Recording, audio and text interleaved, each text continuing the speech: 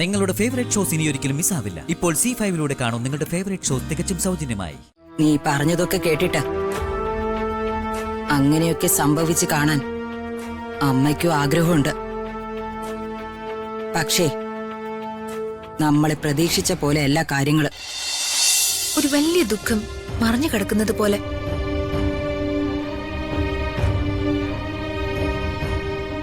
അവരെന്നെ നോക്കുമ്പോഴും എന്നോട് സംസാരിക്കുമ്പോഴും എനിക്കത് വല്ലാതെ ഫീൽ ചെയ്തിട്ടുണ്ട്.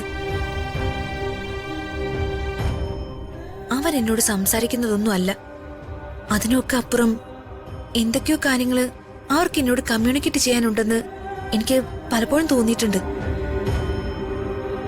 ഹൃദയത്തിന് ഇത് എന്തു പറ്റി?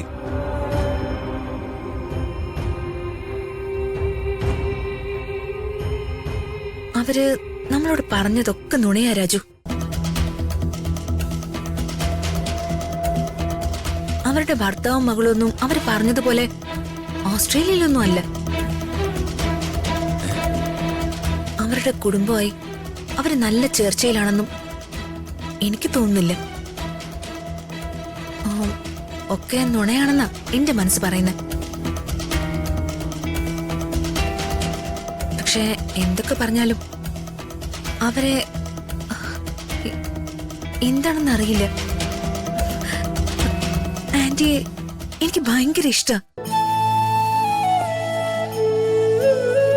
ഒരു പ്രത്യേക ഇഷ്ടം.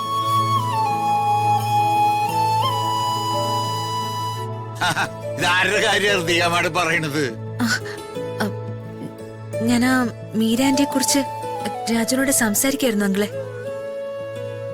അച്ഛാ, ഋതിക മാഡത്തിന് വലിയൊരു സംശയം. എന്ത് സംശയം? ഈ മീര മാഡത്തിന്റെ ഭർത്താവും മകളും ഒക്കെ ശരിക്കും ഓസ്ട്രേലിയയിൽ തന്നെയാണോ, അതോ ആ പറഞ്ഞത് നുണയാണോ? ആ, അല്ല, മീര മാഡം സന്തോഷം അഭിനയിക്കുന്നതാണോ, ഉള്ളിന്റെ ഉള്ളില് ദുഃഖമാണോ? അതായിപ്പോ നന്നായ ഋതിക മാഡത്തിന്റെ സംശയം കൊള്ളാം. നല്ല തമാശ തന്നെ. ഈ മീര മാഡത്തിന്റെ വീട്ടില് പണ്ടൊരു ഫിയറ്റ് കാറുണ്ടായിരുന്നു.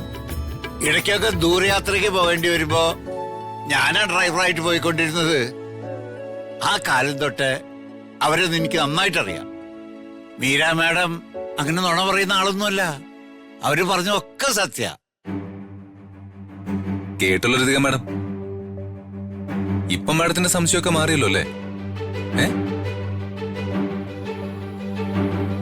ആ, അല്ല, നിങ്ങൾ പോയ കാര്യം എന്താ ചേച്ചാ, അത് പറയ്. ഹരീഷിനെയും ശ്രീയെയും ഹരീഷ് പറഞ്ഞതുപോലെ കൂട്ടുകാരന്റെ വീട്ടിൽ കൊണ്ടുവന്നാക്കി. അവിടെ ആവശ്യത്തിനുള്ള സൗകര്യങ്ങളൊക്കെ ഉണ്ട് മോനെ. പക്ഷെ ആ ചെക്കന്റെ സർട്ടിഫിക്കറ്റുകളൊക്കെ ആ ദ്രോഹി കത്തിച്ചു കളഞ്ഞില്ലേ. അതുകൊണ്ട് നല്ലൊരു ജോലി ഉടനെ കണ്ടെത്താൻ കുറച്ച് ബുദ്ധിമുട്ടായിരിക്കും. ഹരീഷിന് ഒരു ജോലിയുടെ കാര്യം ഞാനൊന്ന് നോക്കാച്ചാ. തൽക്കാലം ചിലവിനുള്ളത് എന്തെങ്കിലും. ഞാൻ ആ രാമകൃഷ്ണന്റെ കയ്യിൽ നിന്ന് ഒരു 5000 രൂപ വാങ്ങിച്ചിട്ടുണ്ടായിരുന്നു. അത് ഞാൻ ശ്രീയുടെ കൊടുത്തിട്ടുണ്ട്. രാധമ്മ എവിടെ അങ്കിളെ? അവളിവിടെ അടുക്കളയിലുണ്ട്. ചായ ഉണ്ടാക്കണമെന്നും പറഞ്ഞ് അടുക്കളയിലേക്ക് പോയി. ഞാനെന്നാ രാധമ്മയുടെ അടുത്തേക്ക് ചെല്ലട്ടെ. അച്ഛാ, ഞാൻ നാളെ തന്നെ വർമ്മ സാറിന്റെ കൂടെ ഇലക്ഷൻ വർക്കിന് ജോയിൻ ചെയ്താലോ എന്ന് ആലോചിക്കുക. അല്ല മോനെ, ഈ അവസ്ഥയില് ഞാൻ ഓക്കെയാണ് അച്ഛാ. എത്ര ദിവസം വെച്ചാ ഇങ്ങനെ വീട്ടില് ഒന്ന് പുറത്തിറങ്ങി ജോലിയിൽ മാത്രം ശ്രദ്ധ കൊടുത്താ മനസ്സിനൊരു സമാധാനം ഉണ്ടാവും. രാമകൃഷ്ണനോട് ഞാൻ വാങ്ങിച്ച 5000 രൂപയും ഉടനെ കൊടുക്കാമല്ലേ? ഏയ്, അതൊന്നും അല്ല അച്ഛാ. നിന്നെ എനിക്ക് അറിയില്ലടാ മോനെ. എന്താ ചെയ്ത്? ഇലക്ഷൻ ഡേറ്റ് അടുത്ത് വന്നോണ്ടിരിക്കുക. വർമ്മ സാറിന്റെ ഒപ്പം നിൽക്കാൻ വീണ്ടും ഒരു അവസരം ഉണ്ടായിട്ട് അതിങ്ങനെ നീണ്ടുപോകുന്നത് ശരിയല്ലല്ലോ. നാളെ തന്നെ ഞാൻ വർമ്മ സാറിനോടൊപ്പം ജോയിൻ ചെയ്യാ. ശരി, മോന്റെ ഇഷ്ടം പോലെ ചെയ്യേ. പക്ഷെ ഒരു കാര്യം, ഡോക്ടർ പറഞ്ഞിരിക്കുന്ന ദിനചര്യകളൊന്നും മുടക്കരുത്. ഇല്ല അച്ഛാ.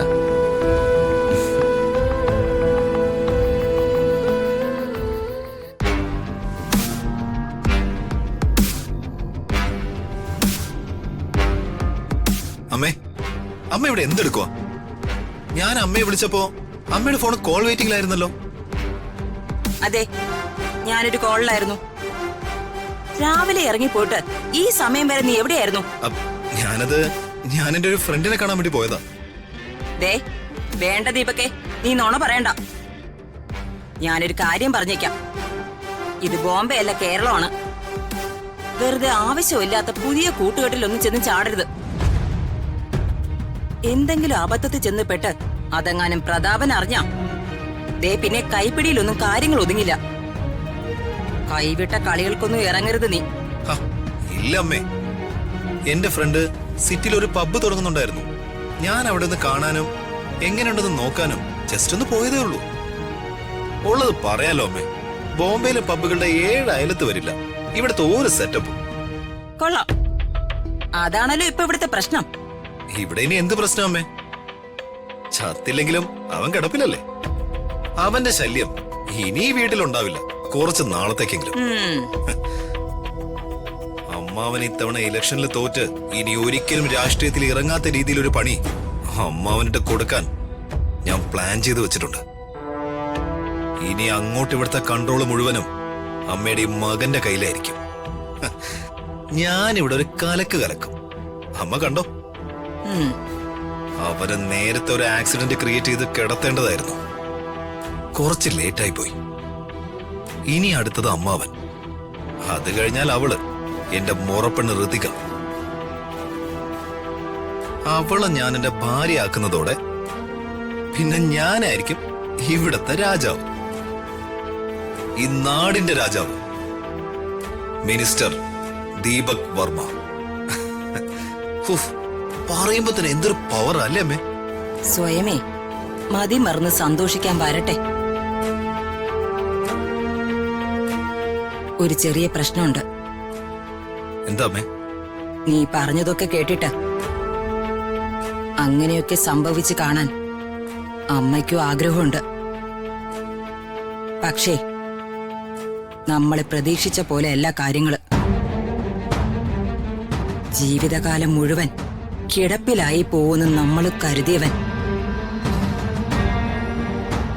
എല്ലാ മുറിവും ആറി എണീറ്റ് നിന്നു. അമ്മേ? അതെ മോനെ, നാളെ തന്നെ അവൻ ഇവിടേക്ക് വരുമെന്നും വന്ന് പ്രതാപന്റെ കൂടെ റീജോയിൻ ചെയ്യാൻ പോവാണെന്നും രമ്യ എന്നെ വിളിച്ചു പറഞ്ഞു. സത്യമാണോ അമ്മേ? അതെ. നീ വിഷമിക്കാതെ മോനെ. ഡൗൺലോഡ് ചെയ്യൂ C5 ആപ്പ്. കാണൂ എല്ലാ എപ്പിസോഡുകളും സൗജന്യമായി.